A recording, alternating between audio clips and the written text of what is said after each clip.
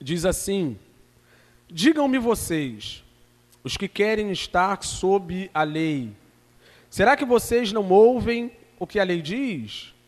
Pois está escrito que Abraão teve 2 filhos, um da mulher escrava e outro da mulher livre. O filho da escrava nasceu segundo a carne. O filho da mulher livre nasceu mediante a promessa. Estas coisas são alegóricas, porque essas mulheres são 2 alianças. Uma se refere ao Monte Sinai, que gera para a escravidão. Esta é Agar. Ora, Agar é o Monte Sinai, na Arábia, e corresponde a Jerusalém atual, que está em escravidão com seus filhos. Mas a Jerusalém lá de cima é livre e ela é a nossa mãe. Porque está escrito: alegre-se, ó estéril, você que não dá à luz, exulte e grite, você que não sente dores de parto, porque os filhos da mulher abandonada são mais numerosos do que os filhos da que tem marido. Mas vocês, irmãos, são filhos da promessa, como Isaque. Como, porém, no passado, aquele que nasceu segundo a carne perseguia o que nasceu segundo o Espírito, assim também acontece agora. Mas o que diz a Escritura? Ela diz: mande embora a escrava e seu filho, porque de modo nenhum o filho da escrava será herdeiro com o filho da livre. Portanto, irmãos, somos filhos não da escrava, mas da livre. Muito obrigado pela sua palavra, Senhor. Pelo privilégio de termos o registro histórico de como o Senhor vem se comunicando e se revelando aos homens desde sempre. O Senhor decidiu se revelar aos homens, comunicando aos homens o seu plano eterno de redimir um povo para si. E bendito seja o seu nome por sermos esse povo. Como diz mesmo o texto, os filhos da livre, gerados não pela carne. Que esta manhã o Senhor fale aos nossos corações e nós saiamos daqui edificados, aperfeiçoados e aqueles que assim precisam, convertidos pelo poder do Santo Evangelho. Muito obrigado. Cobre a minha vida que esta manhã, pois eu dependo de Ti. Em nome de Jesus, nós oramos. Amém. Amém? Você que está nos acompanhando, andando com a gente, né, nas exposições da carta do apóstolo Paulo aos Gálatas, com certeza você está familiarizado com o conteúdo da carta, com o cerne da carta, com aquilo que levou o apóstolo Paulo a escrever essa carta aos irmãos das igrejas da Galácia. Mas para refrescar nossa memória, é importante dizer que Paulo ainda está no campo de batalha a favor da fé cristã e do genuíno evangelho. Nós vimos no capítulo 1 e 2 que o apóstolo Paulo faz uma defesa não só do seu apostolado, mas também da mensagem do evangelho. Nós vimos que na tentativa de descredibilizar a mensagem, também descredibilizaram ou tentaram descredibilizar o mensageiro. E esses que tentaram foram os judaizantes. Depois, a partir do capítulo 3, nós vimos o apóstolo Paulo entrando numa série de razões e argumentos para que os gálatas não se desviassem do verdadeiro evangelho. No início do capítulo 3, ele usa a própria experiência dos gálatas, que foram convertidos pela pregação do evangelho e pelo poder do Espírito, e não pela obediência à lei. No versículo 6 ao 14 ainda do capítulo 3, ele usa a experiência de Abraão e cita um texto fundamental para a doutrina da justificação pela graça mediante a fé, onde o texto de Gênesis diz que Abraão creu em Deus, e isso lhe foi imputado como justiça. A partir do versículo 15 ao versículo 29, ele faz um apelo aos Gálatas para que eles olhassem direitinho como funcionava o papel da lei. E nós vimos aqui que a lei não salva, a lei mata. Que o papel da lei é condenar e não salvar os homens. Que a lei não pode ser obedecida, antes ela revela que nós estamos em rebeldia contra o nosso Criador. E no capítulo 4, versículo 1 ao 20, nós vimos aqui com o nosso irmão Alex que nós tivemos uma experiência onde nós saímos da escravidão e nos tornamos filhos de Deus por meio de Cristo Jesus. É isso que o texto de Gálatas até então está falando conosco. E Paulo está caminhando para o final desses argumentos. Ele está indo para o fim desse momento onde ele está articulando um discurso extenso para mostrar aos Gálatas que eles não podem de jeito nenhum serem salvos pela obediência às prescrições da lei. E no texto que nós lemos aqui, 4, a partir do 21 ao 31, Paulo vai fazer um apelo à Escritura. E é legal, irmãos, nós chegarmos aqui, porque isso mostra como os púlpitos e as salas de aulas das igrejas devem ser nos dias de hoje. Desde sempre não existiu outro recurso que os pregadores, ensinadores, mestres, líderes da igreja usassem que não fosse a Escritura. Então quero que você, nesse momento, pegue isso que eu estou falando aqui. A Bíblia tem resposta para tudo e nós não precisamos de mais nada para responder às questões da igreja do Senhor. Se alguém usa outro método, outro meio, muito provavelmente ainda não leu a Bíblia inteira, não sabe que nela tem resposta para todas as coisas. E quando nós vemos os escritores do Novo Testamento articulando discursos, articulando defesas, articulando meios de comunicar o santo evangelho para o povo de Deus e para aqueles que haveriam de ser salvos, nós vemos eles o tempo todo olhando para o Antigo Testamento, que contém o evangelho tanto quanto no Novo. Então Bíblia só tem uma coisa que serve como base para as verdades que o povo de Deus precisa entender, Bíblia. E Paulo agora vai para a Bíblia. Não que ele não tivesse usado a Bíblia até então. Quando ele fala, por exemplo, de Abraão, ele está falando da experiência de Gênesis 15. É lá que está escrito que Abraão creu em Deus e isso foi-lhe imputado como justiça. Mas agora ele vai fazer um apelo para a Torá, para a lei, para a Escritura, por causa desses homens que se dizem estar apegados demasiadamente à lei. E ele começa a partir do versículo 21, contando uma experiência registrada na Torá, ou um fato histórico, a fim de trazer uma grande lição espiritual para aqueles que achavam que dava para ser justificado através das obras. Beleza? E é aqui que eu quero começar a dividir algumas coisas com você. A partir do versículo 21, como acabei de dizer, ele vai contar esse fato histórico, registrado no Antigo Testamento, mais precisamente no capítulo 16 e 21 de Gênesis, que é o nascimento dos dois filhos de Abraão.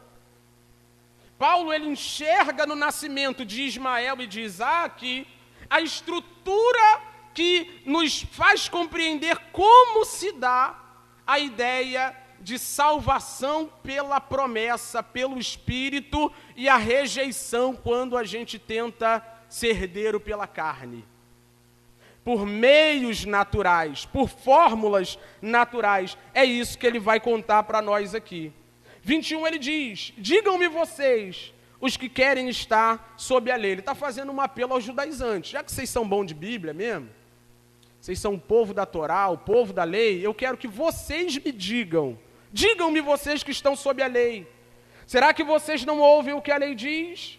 Pois está escrito que Abraão teve 2 filhos, um da mulher escrava e outro da mulher livre. O filho da escrava nasceu segundo a carne. O filho da mulher livre nasceu mediante a promessa. Vamos junto, que hoje o Senhor me guarde aqui, meu Deus do céu. Não, me guarda todo dia, mas eu preciso muito hoje, não é?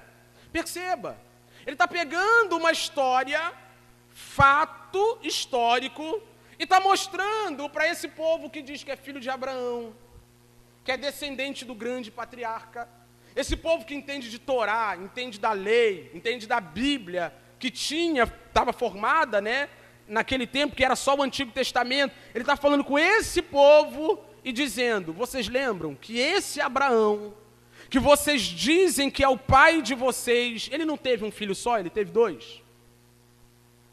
E dentre esses 2 filhos aqui, ele teve diz aí no versículo 23.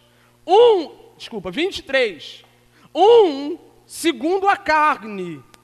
O filho da mulher livre nasceu mediante a promessa. São 2 filhos aqui.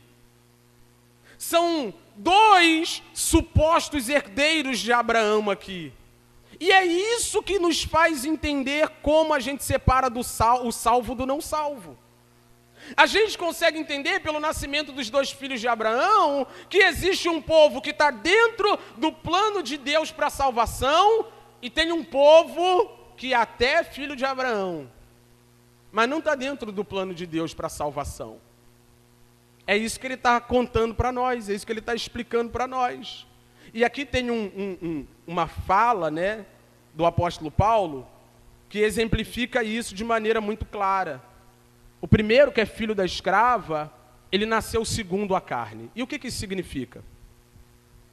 O que significa nascer segundo a carne? Isso significa que Ismael nasceu por vias naturais, por meios comuns. Abraão, apesar de já estar, avançado de idade, ainda tinha força para ir para cima, e ele pega a sua escrava, que é diferente de Sara, é nova, ainda pode gerar, e a partir de uma relação comum, esse menino vem ao mundo. Então perceba, Deus chama Abraão, faz promessas a Abraão, e é Deus que vai cumprir essa promessa. Mas Abraão passa à frente do Senhor e ele mesmo dá um jeitinho de fazer aquilo que Deus disse que faria. Deus disse que ia me dar um filho, então eu vou arrumar um filho aqui para que a promessa se cumpra. Está fora do que Deus disse. Existe uma estrutura na pregação do Evangelho que precisa ser respeitada. Creia no Senhor Jesus e você será salvo. Se você fizer qualquer outra coisa para ser salvo, você não será salvo. De igual modo, pensando da perspectiva veterotestamentária, onde Deus faz uma promessa a Abraão, Deus não quer um filho arrumado por Abraão. Deus quer dar um filho para ele. Já vai falar como Deus deu esse filho a Abraão. Mas é importante você entender isso aqui de cara. Aquilo que é gerado no natural não está dentro do plano da promessa de Deus. Todo o plano da promessa de Deus gira em torno da ação do próprio Deus, que faz o que tem que ser feito através daqueles que ele escolheu. Abraão era só uma ferramenta e o trabalho era de Deus. Eu quero que você guarde isso, porque isso é uma construção teológica mesmo. A gente está falando de teologia pura aqui. É a doutrina da justificação pela fé. Quando a gente fala da salvação pela graça mediante a fé, não existe um filho que eu venha gerar por mim mesmo. Existe um Deus que faz todas as coisas segundo o seu propósito e me beneficia. Quando Deus fala isso para Abraão, Abraão crê. Abraão acredita que Deus vai fazer isso, isso é suficiente. Mas em algum momento, no rateio da fé dele, ele vai lá e tenta dar o jeitinho dele para cumprir a promessa de Deus. E aqui está o grande problema dos homens que tentam se salvar por conta própria. É o assunto da carta inteira. A gente está conversando a mesma coisa desde sempre. Abraão, junto de sua mulher, tentam dar um jeitinho para que Deus faça aquilo que ele disse que faria, sem pedir jeitinho para ninguém. Agora, a parte B do versículo 23 diz que o outro, o filho da livre, nasceu mediante a promessa. Nasceu mediante a promessa. Deus prometeu que faria e Deus fez. Então, quando a gente olha para isso aqui, a gente vê aquilo que é ensinado no Novo Testamento. Que quem nasce segundo a carne, é carne. Mas quem nasce através de uma ação milagrosa, sobrenatural e soberana de Deus, esse sim, é aquele que é contado entre os filhos da promessa, é aquele que é contado entre os salvos. Então, Abraão tem 2 filhos, e esses 2 filhos são o tipo, são o exemplo dos 2 povos que estão envolvidos com a religião, estão envolvidos com aquilo que tem uma promessa da parte de Deus, mas não necessariamente são salvos igualmente. Um veio da carne, dos esforços humanos, do jeitinho humano, da maneira que eu sei fazer, e o outro veio milagrosamente quando Deus abriu a madre de uma mulher coroa, velhinha, que já tinha cessado seus costumes. Sara não podia dar à luz a um filho. E é por isso que a gente exclama: a salvação vem do Senhor. Só que, olha comigo isso aqui, a despeito de Deus ter um plano de salvação, sempre vai haver quem tente resolver o problema por conta própria. Aqueles que Paulo diz nessa carta que começam no espírito e terminam na carne. Então, assim, é importante dizer isso: Ismael é o símbolo daqueles que são fruto da vontade do homem e não da vontade de Deus. Que são fruto de uma estrutura puramente humana, de um mecanismo puramente humano, que nasceram daquilo que é natural. E a Bíblia ensina para nós que quem nasceu do natural não pode ver o reino de Deus. João capítulo 1, versículo 11, põe para a gente ler junto, que é interessante. O texto vai deixar bem claro que aqueles que são salvos não nascem segundo a carne, não nascem da vontade do homem, não nascem como Ismael nasceu. Ismael é produto da vontade de Abraão, é produto da vontade de Sara. Você pode até ser filho de Abraão na carne, mas isso não tem nada a ver com a promessa que Deus fez para salvar um povo para si. E olha o que João diz. Nós vamos até o versículo 13. Veio para o que era seu. Quem veio? Jesus. E o que era seu? O judeu, o filho do Abraão. Aqueles que eram da descendência do grande patriarca. Veio para o que era seu e os seus não o receberam. Olha que coisa maravilhosa. Jesus vem para os judeus, o descendente de Abraão, nós vimos isso no capítulo 3, Jesus era o verdadeiro descendente de Abraão. E quando Jesus vem, aqueles que conheciam a promessa não abraçam o cumprimento dela, a saber, Jesus Cristo, o nosso Senhor, está lá escrito. Mas a todos quantos o receberam, deu-lhes o poder de serem feitos filhos de Deus, a saber, os que creem no seu nome, 13, os quais não nasceram do sangue, nem da vontade da carne, nem da vontade do homem. Segura aí. Então, o que é Ismael? Ismael é o crente nascido da vontade da carne. Ismael é o crente nascido por meios comuns. Ismael é o crente nascido por pragmatismo. Agora redobre a sua atenção. O que mais tem no nosso meio é Ismael. Pessoas que nasceram para a fé por meios naturais, que não tiveram uma experiência sobrenatural, não nasceram pelo poder de Deus e pelo milagre no ventre de Sara estéril. O que o texto está querendo explicar para nós é que se o seu nascimento para a fé não foi pelo poder de Deus, você nasceu pela via errada. E ninguém vai discordar comigo aqui. Ninguém. Não dá para nascer para a fé quando você tem uma avó que ora? Se tem uma avó que ora, então você começa a vir para a igreja cedinho. Lar evangélico, berço cristão. Ô lugarzinho para nascer gente na carne. Minha mãe é de oração, qual foi? Deus não tem neto, irmão. Deus tem filhos. E o que mais tem nos dias de hoje são Ismaéis no nosso meio que nasceram por uma via natural. Pregações sem evangelho, sem Cristo, sem arrependimento, sem que os homens sejam chamados à cruz de Cristo. E o que eu preciso fazer para ser salvo? Vem aqui na frente. Aqui a gente nem faz apelo por causa disso. Pô, pastor, estou ouvindo o evangelho aí, quero me arrepender dos meus pecados e assumir Cristo como Senhor e Salvador. Você pode me procurar no final, mas aqui a gente não faz circo, não. É um circo, né? Todo mundo aqui na frente. A gente bate foto, bota no Instagram da igreja, 1 milhão de gente convertida. É mesmo, irmão. A Bíblia diz que ninguém vai ser convertido senão pela pregação do Evangelho. Quando você vai ver a pregação, o cara falou de dinheiro do início ao fim, de prosperidade do início ao fim. O cara falou de uma qualidade de vida melhor do início ao fim. E aí você fica se perguntando, onde é que está o Evangelho? Onde é que está o Evangelho? Não está em lugar nenhum. E mesmo assim vem 70. É possível que algumas pessoas nasçam para a fé por meios naturais. Pô, vou naquela igreja porque aquela igreja... né, as irmãs, né? Tudo, né? Só entrar nas igrejas, irmão. O pessoal tudo bonito. Olha aí ao seu redor. Antes os crentes se vestiam mal, tudo estranho. Hoje não, hoje os crentes é bonito, roupa da moda, anda cheiroso, curte umas paradas maneiras. Uns crentes, né, que curte, os crentes que curte. Aí tu olha para a pista, né? Um balde de long neck, 150. Aí tu olha para cá, tu se anima com os irmãos, num cachorro quente e abençoado. Você vai ficando por aqui mesmo. Caldo, no PG, né? Caldo. Sopa da tia Sônia. Do terça agora ela mandou uma sopa, meu irmão. Sopa da tia Sônia. Tu vai ficando. Mas como Ismael nasceu por meios naturais, o que te trouxe não foi o Espírito. Você vai ficando, porque a palavra do pastor naquele dia mexeu com as suas emoções, mexeu com a sua emoção, mas te transformou de dentro para fora.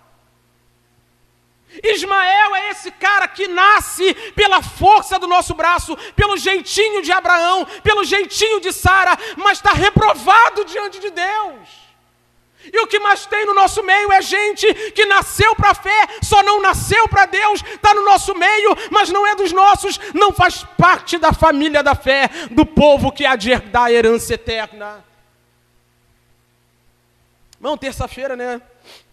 O Alex está de férias, eu estou de férias, a gente se encontrou para dar um treino, né? A gente nem treinou direito, irmão. Entramos na academia, irmão, a gente ficou conversando o tempo todo.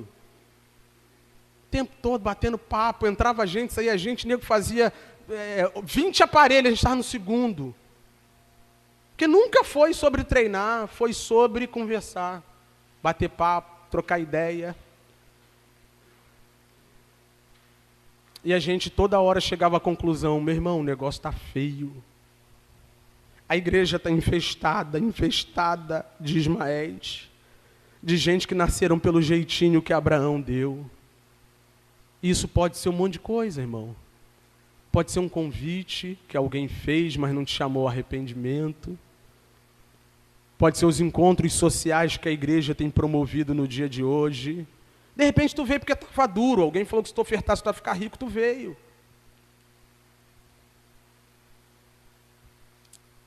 Mas esse texto diz para nós que não são esses que hão de herdar. Os filhos da escrava, os filhos de Agar não são aqueles que vão herdar a salvação eterna. Então aqui o texto diz para nós que existe um tipo de gente que nasceu segundo a vontade do homem, que nasceu segundo a carne, que nasceu pelo jeitinho que os homens estão dando. Igrejas abarrotadas de pessoas que não nasceram de novo, que não tiveram uma experiência com o Espírito, que não tiveram o seu coração de pedra removido, não nasceram do alto. Gente que lota templo, mas não vai lotar o céu. Ismael, nascido pelo jeitinho que Abraão deu. Mas tem um outro, que é o filho da livre, que nasceu mediante a promessa. Versículo 24 diz, estas coisas são alegorias, é o que eu acabei de explicar. Porque essas mulheres são duas alianças.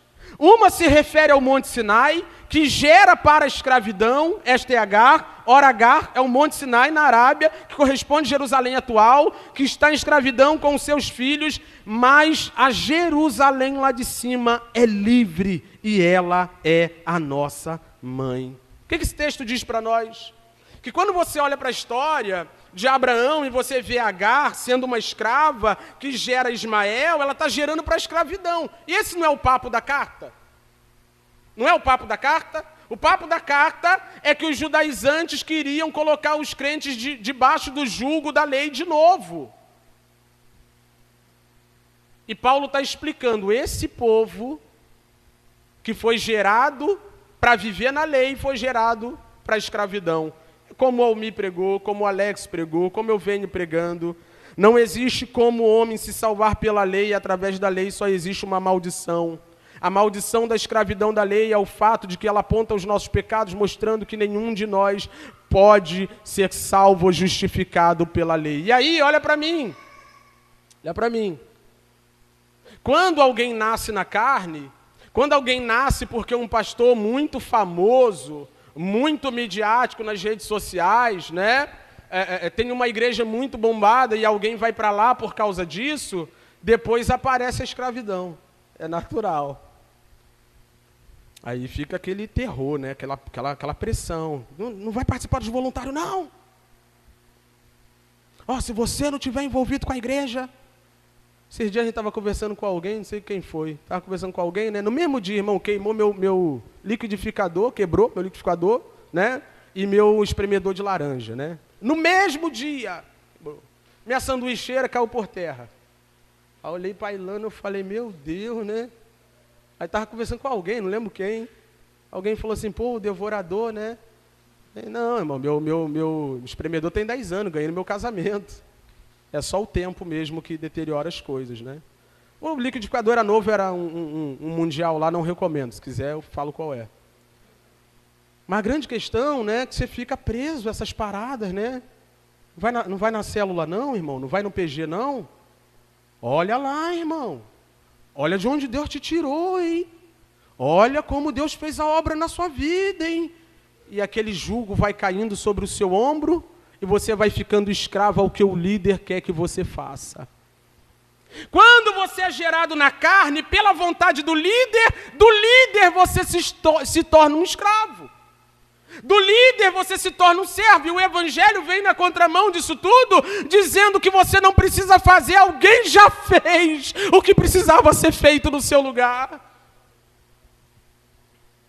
Então todas as pessoas que nascem a partir da escrava, podem até ser filhos de Abraão, mas nascem para a escravidão. E essa mulher é o símbolo daquela aliança feita no Sinai, onde Deus deu a lei para o seu povo, para os hebreus no deserto. Em outras palavras, os homens estão indo pelo caminho onde Deus apontava um outro caminho e não uma referência, um destino. O Sinai não é uma referência, não é um destino, mas é o ponto de partida onde você olha para Cristo lá na frente. Nós vimos isso no texto. E encontra nele aquilo que a lei não pode fazer por você. Para a gente andar com o texto. É isso que o texto explica para nós, é isso que o texto fala para nós. Que nós não somos aqueles que nasceram na carne, que nasceram do jeitinho humano. Muito pelo contrário. Nós somos aqueles que nascemos da promessa. E na construção do apóstolo Paulo, ele já passou por isso, mas é importante voltar. Qual é a promessa que foi feita, irmão? A promessa que foi feita a Abraão é que em Abraão todas as famílias da terra seriam abençoadas, no descendente dele. E Paulo explica, esse descendente não é um povo, esse descendente é o próprio Cristo. E é no Cristo que nós somos abençoados por meio da promessa, mediante a promessa. Logo, é um engano muito grande daqueles que começaram no Espírito, se é que começaram. E como os Gálatas estão se desviando, tentando encontrar o favor de Deus pelos seus próprios méritos. Pior do que isso, é não ter encontrado o Evangelho da graça. E até hoje está empurrando o carro que nós recebemos para andar dentro dele, como nosso irmão Almir ilustrou aqui muito bem. Nós estamos vivendo num tempo de fadiga espiritual, de cansaço espiritual, mas isso não é desse tempo. Jesus apareceu na plenitude dos tempos, como o Alex pregou, dizendo ao povo que andava segundo o ensino dos fariseus: vinde a mim todos que estão cansados e sobrecarregados, que eu vos aliviarei, tomai de mim o meu jugo, o meu fardo, que é leve. Então preciso fazer uma pergunta para caminhar aqui com o texto e adiante. Preciso fazer uma pergunta. É pesado demais estar aqui essa manhã, nesse domingo? É pesado demais ir para uma reunião de oração na sexta-feira? É pesado demais, é muito duro Você ter que se envolver com aquelas reuniões, com aqueles momentos que edificam a sua vida. Se isso é pesado demais na sua alma, você precisa ver se não está tentando encontrar o favor de Deus na obediência, buscando o favor de Deus através da batida de cartão nas reuniões. Não estou falando do seu cansaço físico, porque você trabalha de segunda a sábado. Estou falando de sua alma. Porque o cansaço físico abate seu corpo, mas você fica em casa dizendo, queria tanto ir para a igreja hoje, encontrar os meus irmãos. Queria tanto estar envolvido com o evangelismo que aconteceu no dia que eu estava de serviço. O corpo pode ficar quebrado por causa do trem e do BRT, mas a alma de um verdadeiro salvo nascido da promessa anseia o tempo todo para estar diante de Deus, junto da família da fé, no meio dos irmãos. Se não está, muito provavelmente, você não nasceu do Espírito, nasceu da carne e está tentando ir na força do próprio braço. Não nasceu porque Deus te converteu, não nasceu porque o Espírito trouxe você da morte para a vida antes. Nasceu porque um dia achou conveniente estar no meio dos cristãos e hoje está aqui tentando levar no peito e na raça. No peito e na raça. No final vou fazer um apelo para a sua conversão. Mas para a gente andar com o texto, é isso que o texto diz. Ele apela para a profecia de Isaías, no capítulo 54, versículo 1, no versículo 27, dizendo, porque está escrito, alegre-se, ó estéril, você que não dá à luz, exulte, grite, você que não sente dores de parto, porque os filhos da mulher abandonada são mais numerosos do que os filhos da que tem marido. Se você for lá em Isaías, você vai ver que ele está falando da nova Jerusalém. Novos céus, nova terra, a nova cidade onde o povo de Deus vai habitar. E mais do que a Jerusalém terrestre, que naquele momento estava escravizada pelo povo romano, tem uma Jerusalém, que é de onde nós viemos, que é para onde nós vamos, que nos gerou e nos espera. A nova Jerusalém é o lugar dos salvos e não a Jerusalém daqui de baixo. Aí me permita lhe dizer algo extraordinário. Qual é a prova de que os judeus estavam sob um jugo de escravidão e se entendiam única e exclusivamente filhos de Abraão na carne? A fala dos discípulos em Atos 1,6. Põe para a gente ver rapidão. Atos 1,6. Antes da descida do Espírito Santo, Jesus já tinha feito muita coisa, já tinha morrido, já tinha ressuscitado. Olha a mente dos discípulos. Então os que estavam reunidos com Jesus lhe perguntaram, será este o tempo que o Senhor irá restaurar o reino a Israel? A cabeça deles é terrena, tá? Aqui. Essa é a diferença de quem nasce no Espírito e quem nasce para a carne. Jesus ia esclarecer eles iam entender, e a maior prova disso é que depois que o Espírito desce, fica tudo claro para eles, Pedro já sai pregando a nova Jerusalém, novo nascimento, já sai pregando conversão genuína, mas até aqui a mentalidade deles é do Sinai. A mentalidade deles é da velha aliança. A mentalidade deles é Deuteronômio 28. Se vocês obedecerem, vocês serão benditos na terra, serão benditos na fazenda, serão benditos na cidade. Vou colocar vocês por cabeça e não por cauda. A mentalidade deles era essa. Senhor, quando o Senhor vai restaurar tudo aqui? Não é mais sobre aqui. O escritor aos Hebreus diz que os heróis da fé, sem alcançar a promessa, olhavam para frente, para a cidade celestial, com fundamentos eternos, não feita pelos homens, mas pelo próprio Senhor que colocou os seus alicerces.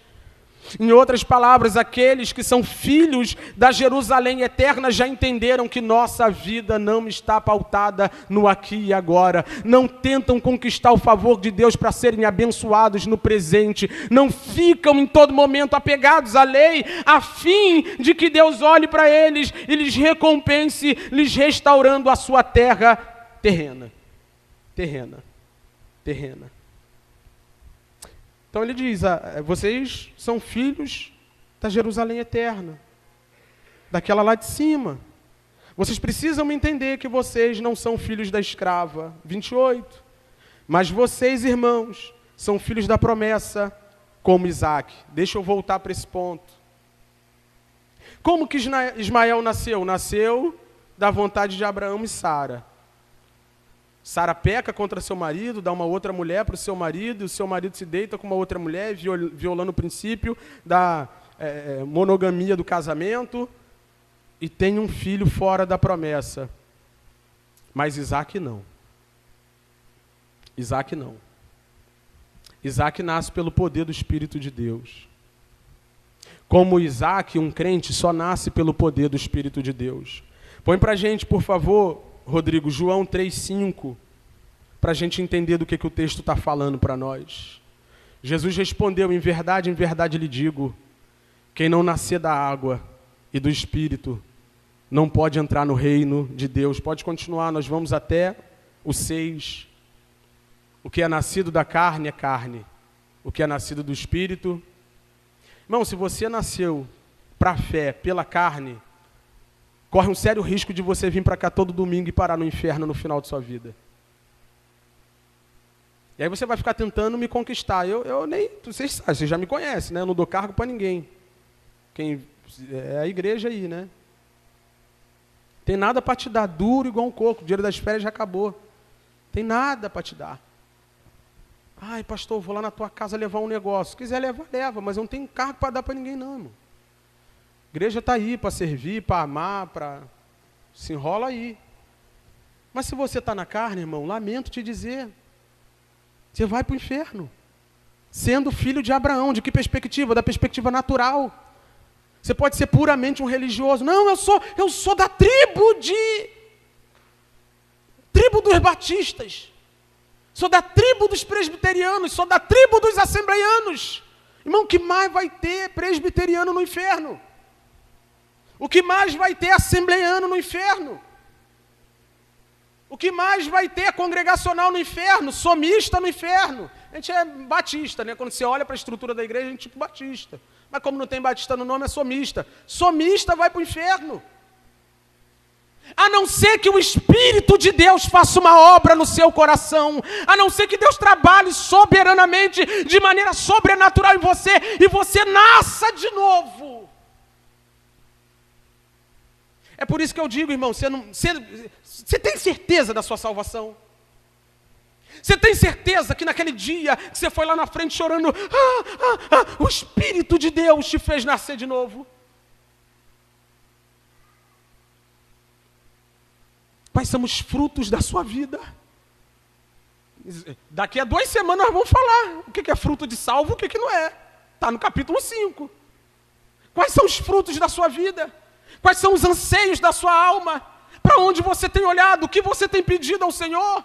Ontem eu estava conversando com alguém dizendo isso. Né? Me mandaram um vídeo não vou falar o nome dela não. Né? Uma influência ex-cristã, dizendo que tu tem que viver a vida no aqui e agora.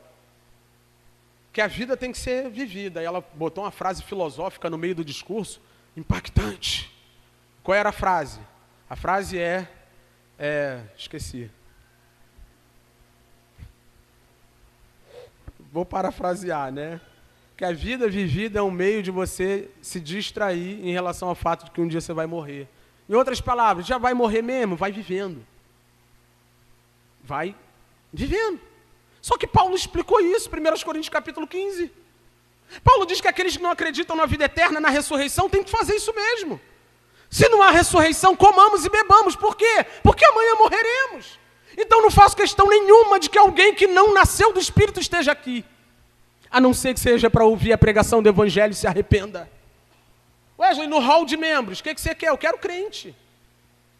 Crente, irmão, você tem que se converter. Igreja não é para todo mundo, igreja não é para qualquer um, igreja não é para Ismael está fora. A não ser que Ismael se converta e Deus faça uma obra no coração dele, a igreja é para Isaac, aquele que nasceu do Espírito de Deus, milagrosamente. E aí eu vou fazer uma pergunta para você entender melhor. Sara podia gerar Isaac, sim ou não? Sim ou não? Pode falar sim ou não? Não. Você podia salvar a si próprio? Quem não nascer do Espírito, quem não tiver um encontro arrebatador e transformador com Cristo pelo seu Espírito, E um amigo meu diz algo que eu acho extraordinário, irmão. Ele diz que Jesus não melhora a vida de ninguém, não. Jesus te dá outra vida. Ele diz que se você está em Cristo, nova criatura você é.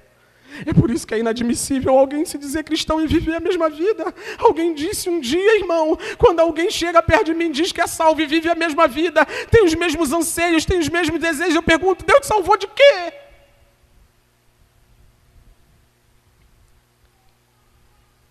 Então nós somos Isaac, que nascemos segundo a promessa, que de acordo com a impossibilidade de Abraão e Sara, Deus entrou ali e mostrou que ele, nós não, mas ele pode salvar o homem. Que ele pode tirar o homem do monturo, que ele pode tirar o homem da porta do boteco, que ele pode tirar o homem da boca de fumo, que ele pode tirar a menina lá do job, que ele pode tirar o homem da fossa e colocar o homem assentado entre os príncipes para herdar a eternidade, junto com Abraão, Isaac e Jacó. Ele pode! O que é nascido da carne é carne. Se você veio à fé por um meio natural, me desculpa, você é só um religioso. É um frequentador de igreja. E você vai ficar na mão dos líderes que oprimem pessoas assim. Mas se você nasceu do Espírito, você sabe de quem você é filho. Aleluia, Alex leu na semana passada. O Espírito de Deus, o Espírito de Cristo, que agora habita em nós, clama, Abba, Pai.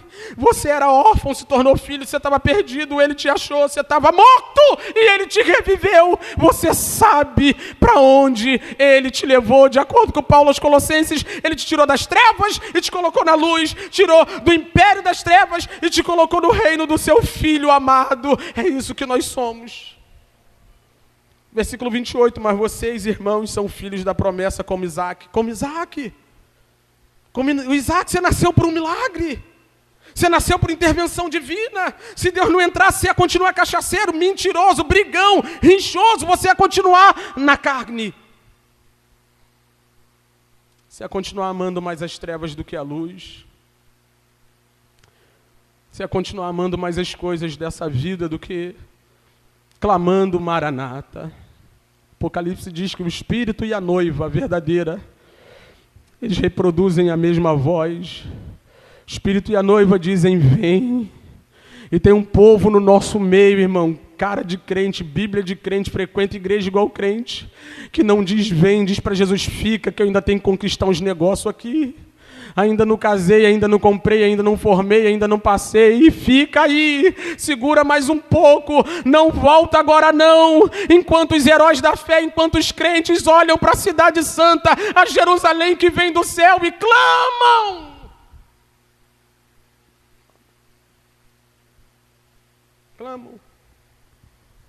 Clamam. Então, se você não nascer de novo, se você não nascer de maneira sobrenatural como Isaac, se o Espírito de Deus não te regenerar, você não pode ser chamado de salvo. E J.C. Ryle disse um dia, chegará o dia em que aqueles que não nasceram de novo desejarão nunca ter nascido.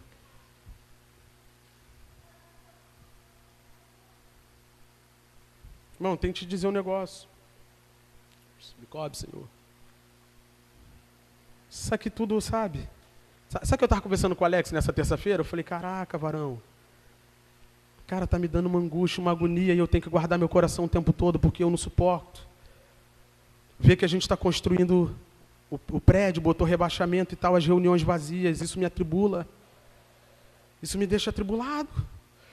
Porque se você for na Europa, o berço dos maiores avivamentos da história, o berço do cristianismo, o cristianismo se desenvolveu na história, na Europa, praticamente. Você vai ver templos imensos que acolheram milhares de pessoas para ouvirem o evangelho vazios. Boates, museus, botecos. Acredito num avivamento? Acredito, mas dá um rolê lá e vai ver como a fé está sendo tratada. E aqui no Brasil? Aqui no Brasil. Não, a gente está falando de Suíça, terra de Calvino, até hoje. O que rege a Suíça são os princípios protestantes, a partir do grande reformador. O que a gente tem de legado político aqui? O que a gente tem de referência, de princípios, de valores, de ética? Se a Suíça está como está, se os países europeus que viram os maiores pregadores da história, pregando, falando, clamando, o espírito caindo, se a Europa está daquele jeito, o que vai ser no Brasil? De gente religiosa que vem na igreja bater cartão. De político que é eleito pela igreja, porque eles ficaram famosos através da igreja, e quando chegam lá, tem uma batalha, não tem uma luta, não tem nada. E aí, então vai chegar um dia, irmão, como diz esse homem aqui, que aqueles que não nasceram de novo vão desejar nunca ter nascido. E eu não estou te colocando medo, não. Estou te colocando medo, sim. Olha para dentro do seu coração e vê se você nasceu como Ismael ou como Isaac, irmão.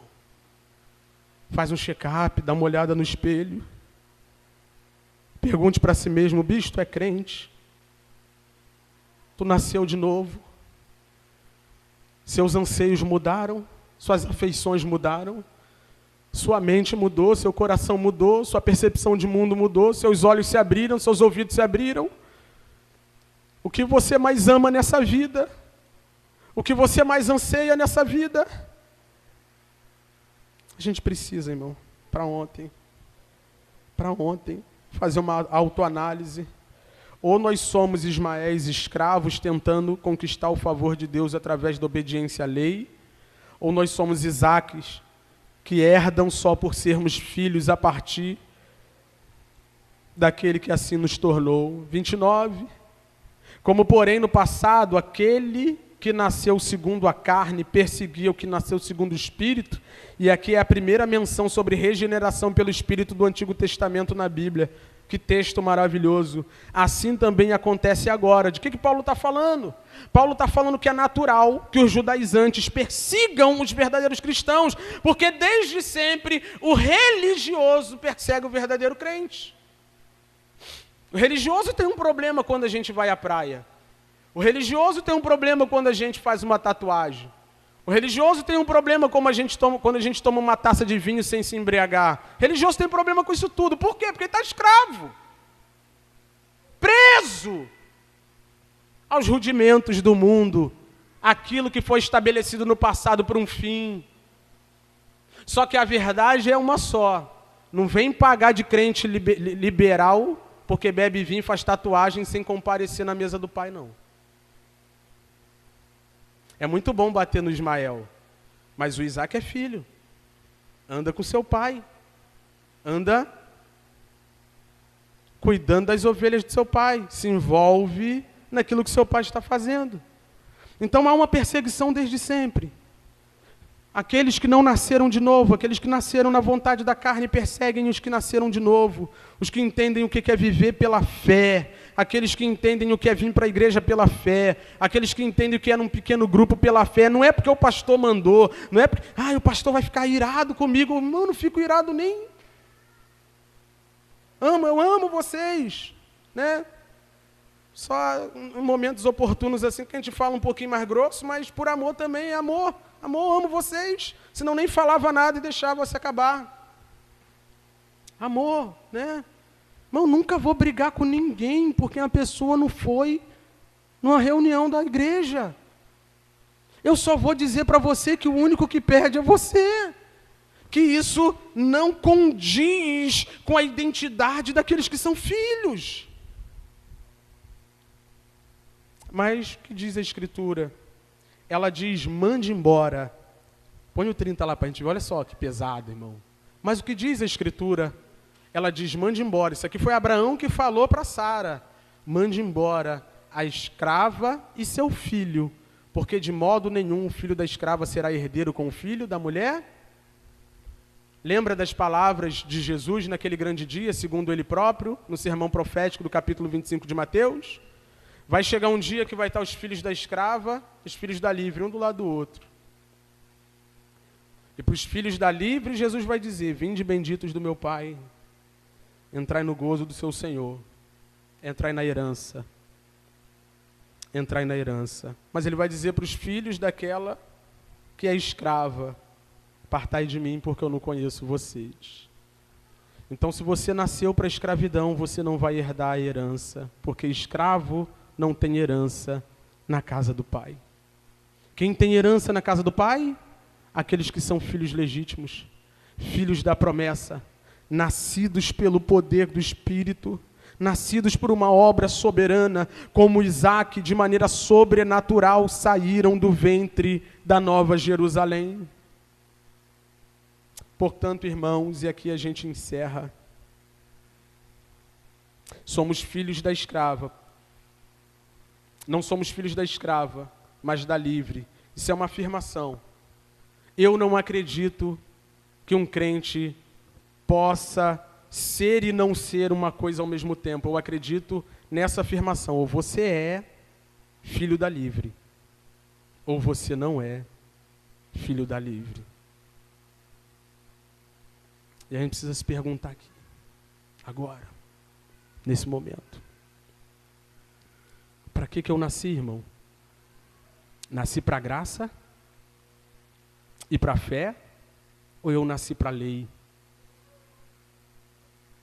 Eu nasci para uma lista de regras que vai me condenando, me amassando e mostrando que eu não sou capaz de salvar a mim mesmo?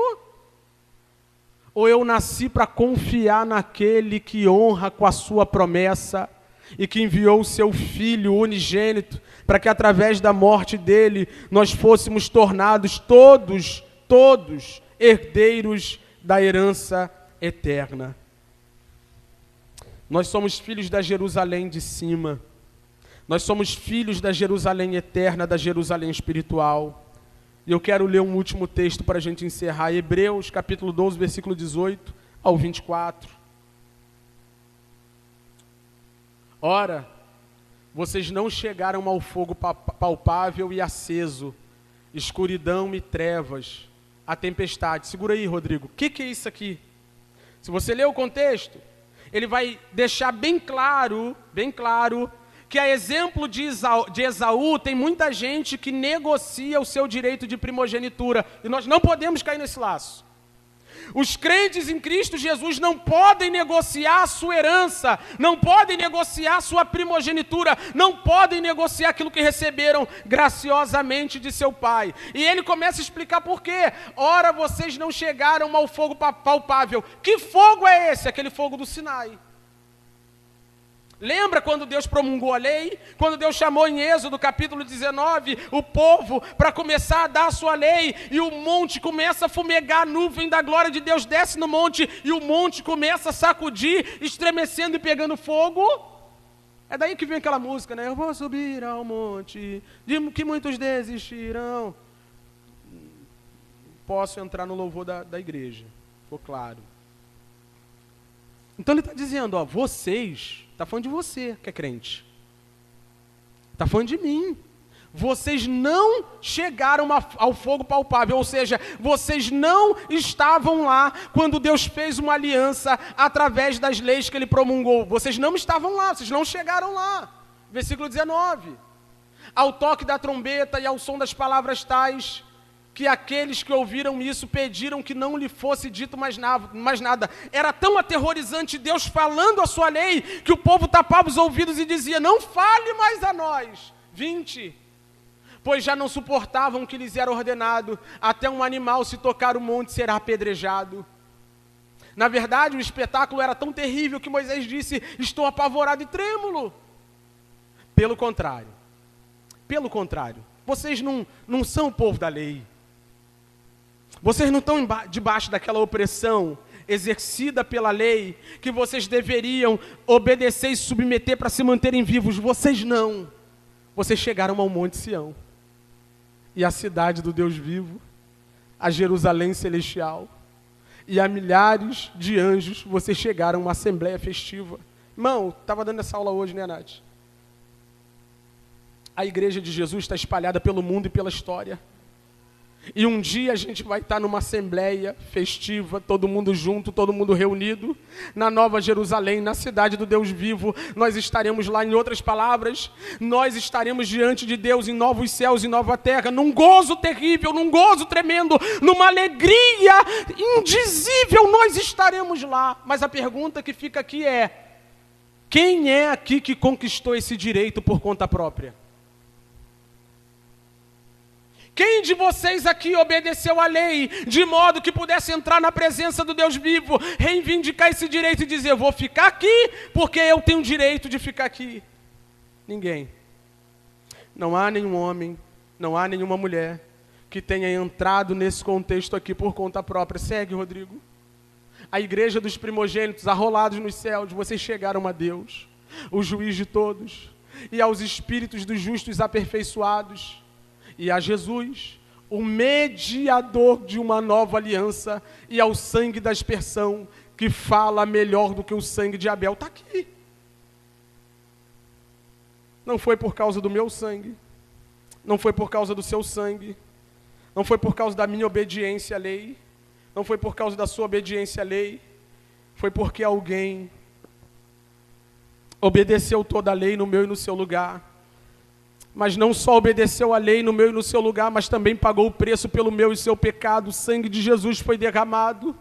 E por meio do sangue de Jesus, hoje nós estamos livres da condenação. Não há mais condenação. Wesley, então estou livre. Tu é livre. Você é livre. Você não tem obrigação com a lei, porque Jesus cumpriu a lei. Você não tem obrigação com a morte, porque Jesus morreu no seu lugar. Você é livre. E o que você vai fazer com essa liberdade? É uma pergunta para os filhos de Deus. É uma pergunta para os filhos de Deus. Semana eu estava conversando com o varão, para a gente encerrar. Conversando com o varão, né? O varão falou: pô, ficando mais tarde no trabalho, porque eu não aguento voltar para casa. Eu falei: você não tem uma família. Você não tem uma família. Tem um problema grave aí. Você não tem uma família. Você deseja estar longe dos seus, longe do seu filho, longe da sua esposa? Ele: Wesley, mas é uma perturbação. Eu falei: mas eles não são sua família. Até porque tu também é atribulado, tu também é uma perturbação. E eles estão lá te esperando. Se você faz parte da família da fé pelo sangue de Cristo, você precisa entender: você não é obrigado a estar aqui. Mas você deve estar aqui. Não porque eu mandei, não porque eu falei, não porque a lei diz, mas porque você foi transformado de dentro para fora. O sangue de Jesus te colocou num lugar de privilégio. Você agora faz parte do grande povo de Deus, que vai um dia habitar a Jerusalém celestial. Não como um escravo, mas como um filho livre. Livre para servir, livre para amar, livre para se envolver, livre para entregar a vida. É o que a Letícia estava orando aqui. Ele é digno. Ele é digno. Quando você olha Isaac, que nasceu segundo a promessa, respeitou Abraão, casou de acordo com Abraão, fez tudo bonitinho, herdou tudo que Abraão deixou para ele e deu seguimento no plano da promessa de Deus, de tirar um povo para si do meio dos descendentes de Abraão. Eu quero encerrar essa manhã. Queria que você se colocasse de pé. Mas eu quero encerrar essa manhã colocando algumas provocações aqui para nós e orar.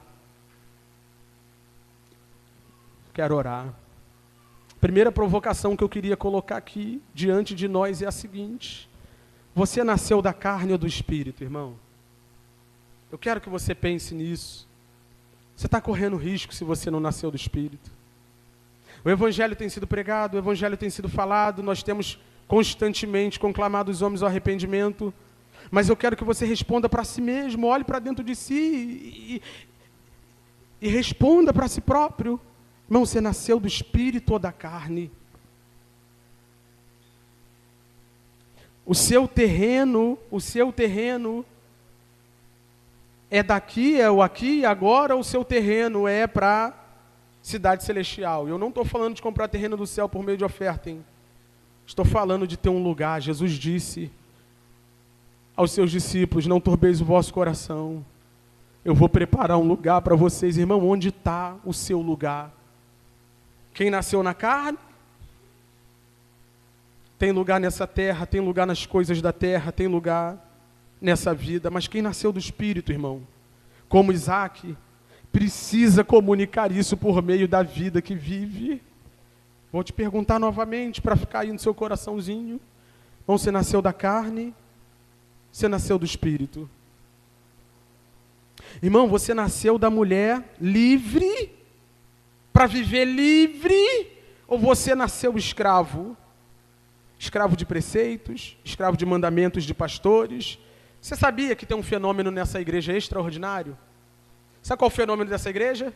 Chegou um monte de gente aqui, com um monte de perturbação, por causa das igrejas por onde passaram, que as igrejas impunham o que eles deveriam fazer ou deixar de fazer. Aqui ninguém impõe nada. E eu vejo que os irmãos não estão apegados às coisas de Deus.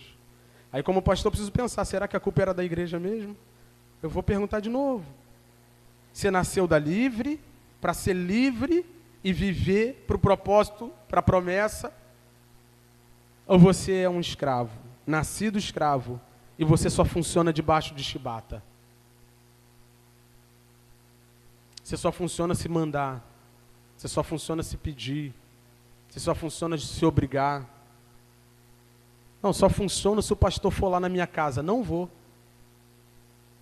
Não vou na tua casa, eu não vou na tua casa, eu não sou seu babá. Eu não mando em você, eu não sou o seu dono, eu não vou te carregar no colo. Ou você anda junto comigo, e nós vamos junto, na direção da Jerusalém Celestial, ou tu vai ficar na pista, porque eu estou indo. De novo, eu vou perguntar, você nasceu da escrava, ou você nasceu da livre, para viver em liberdade? Por último, eu oro, o que você vai fazer nessa escravidão, ou nessa liberdade? Se você é um escravo, eu apelo, irmão. Não é para tu vir aqui na frente, não. Pode me procurar depois. Eu apelo, eu te conclamo. Irmão, encontre em Cristo Jesus libertação plena. Paulo diz que não há condenação. Paulo diz que ele morreu no nosso lugar e ressuscitou para a nossa justificação. Wesley, o que eu tenho que fazer para ser salvo? Creia em Cristo Jesus, que é o descendente de Abraão. E se torne um filho de Abraão pela fé. Se você é escravo do pecado, se você é escravo do mundo, ou se você é escravo da religião, o seu destino é a eternidade longe de Deus. Arrependa-se do seu pecado, arrependa-se da sua religiosidade e creia em Cristo para a sua salvação. Mas se você é livre, eu deixo aqui a última provocação. O que você está fazendo com a liberdade que Deus te deu? Ah, pastor, não sou... Um dia alguém me perguntou isso. Lá na igreja vocês são muito religiosos? Falei, meu irmão, já até entendi. Ai, que eu estou cansado de religiosidade. O que é religiosidade, irmã? Ai, ter que estar na igreja todo dia, isso aqui é um peso. Era bom mesmo estar no botequim, enchendo a cara de cachaça, cachorro lambendo a boca. Bom mesmo era estar nos prostíbulos. O cara pegava o pagamento, chegava em casa, tinha mais nada. Na boca de fumo, envolvido com mentira, com engano, todo enrolado, todo atribulado. Isso que era bom. Mas isso aqui é horrível, isso aqui é horrível. Isso aqui é terrível. Ficar do lado de gente bonita, cheirosa. Teve um cafezinho ali, as crianças estão... Cheiro da pipoca das crianças, guarda minha. Isso aqui é terrível. Você está mal, aí chega um irmão, e aí, irmão, tá bem? Sentindo tua falta? Como é que tá? Quer ajuda? Tá precisando andar? Não te carrego no colo, mas quer andar? Isso aqui que é horrível. Tem uma reunião de homens, né? Que confessam seus pecados, que tratam seus pecados, que cuidam um dos outros. É horrível, isso aqui é horrível. O que a gente vai fazer com essa liberdade? Isaac.